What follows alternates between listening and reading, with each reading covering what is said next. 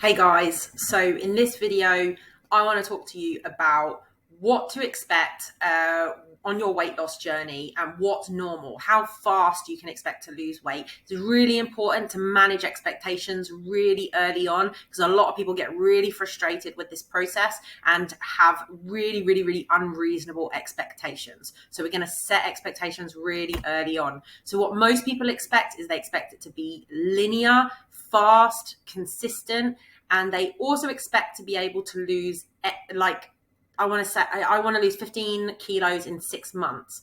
None of this is reasonable, okay? And quote unquote diet culture kind of sets us up for this.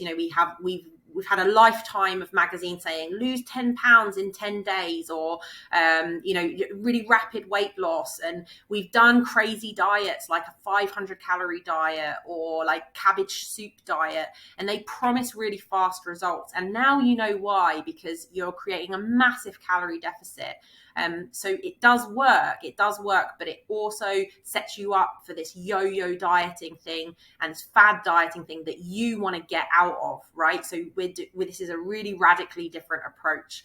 So it's not going to be any of these things. And also most things like MyFitnessPal set you up for I expect to lose 1 pound a week. That's a reasonable amount of weight loss, or 2 pounds a week. But you cannot control that. And you can't control, when you have a goal, I want to lose 15 kilos in 6 months, you can't control the outcome. It might be just 11 kilos. Does that mean you failed?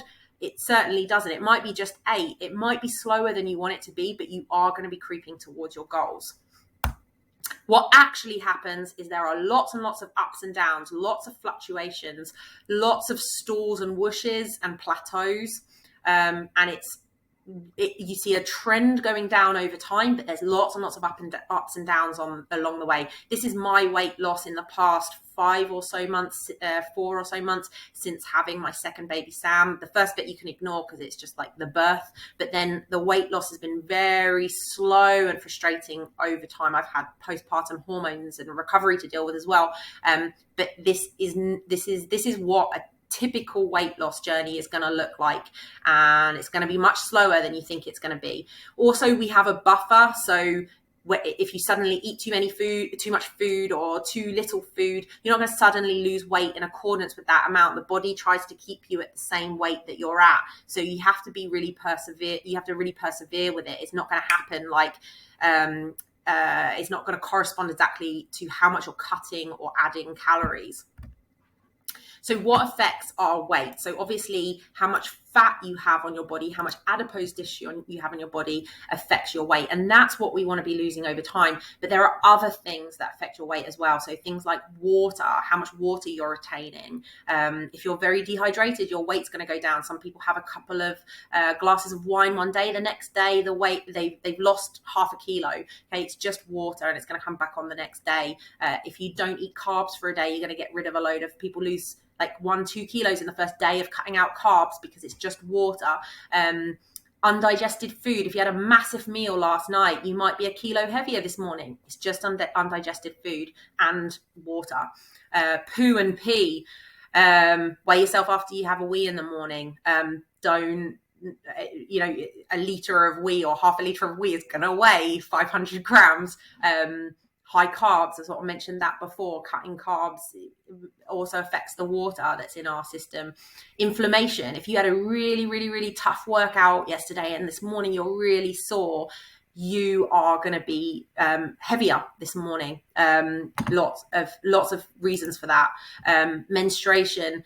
Women tend to retain water before their period and sometimes on it, so that's going to affect it. And then your lean body mass.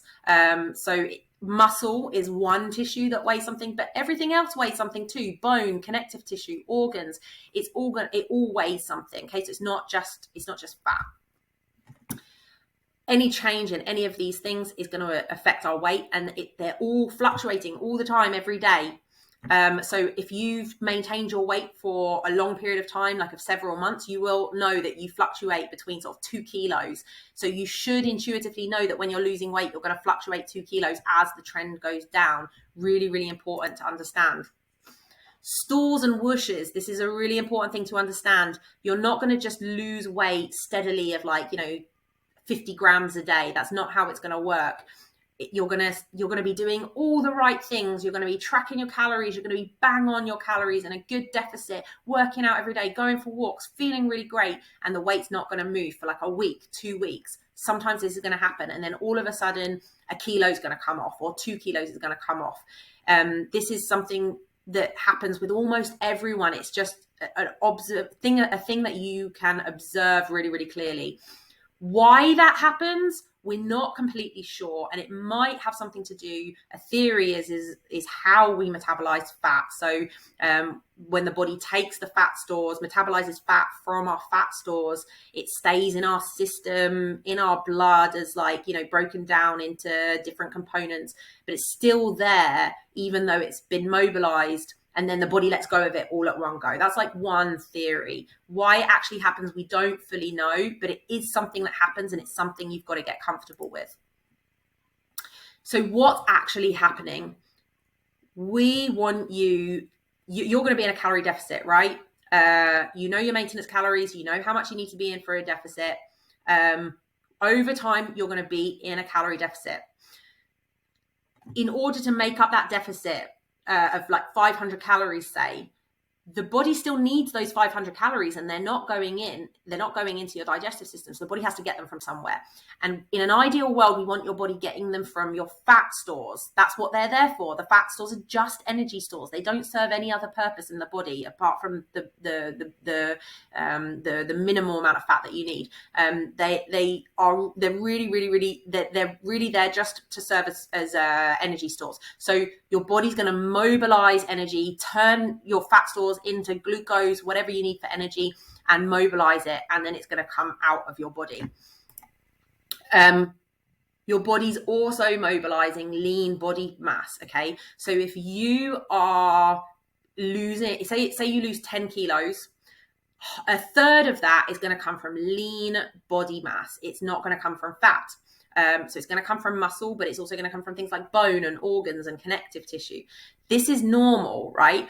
But we want to minimize that. We don't want a third of it coming from muscle. It's also water, but we don't want a big chunk of it coming from muscle. We want as little of that coming from muscle as possible. And if possible, we want to be increasing muscle mass, okay? That's why we do strength training, and that's why we eat sufficient protein. So over time, you might actually, we might lose 10 kilos of fat, and we might build 2 kilos of muscle. Okay, so that is obviously going to affect your weight, but you're going to be much, much smaller in size, even though it's a little bit less, even though the weight difference doesn't fully reflect all of the fat that you've lost. Okay, so we're also changing your body composition. We want to be building more fat, and we also want to be building more muscle, and we want to be making your bones and connective tissues denser. Okay, so we want to prevent losing muscle mass, and if we don't do resistance training, we are going to lose muscle mass, and then our metabolism is going to go down as well, and we're also just going to be weaker. So what you need, other than a calorie deficit and resistance training, you need all of these things. You need time. It does take time for this to happen. The body, even if you're in a massive calorie deficit, if you don't eat for 24 hours, the body won't, or for an entire week, the body won't just mobilize all of your fat stores, right?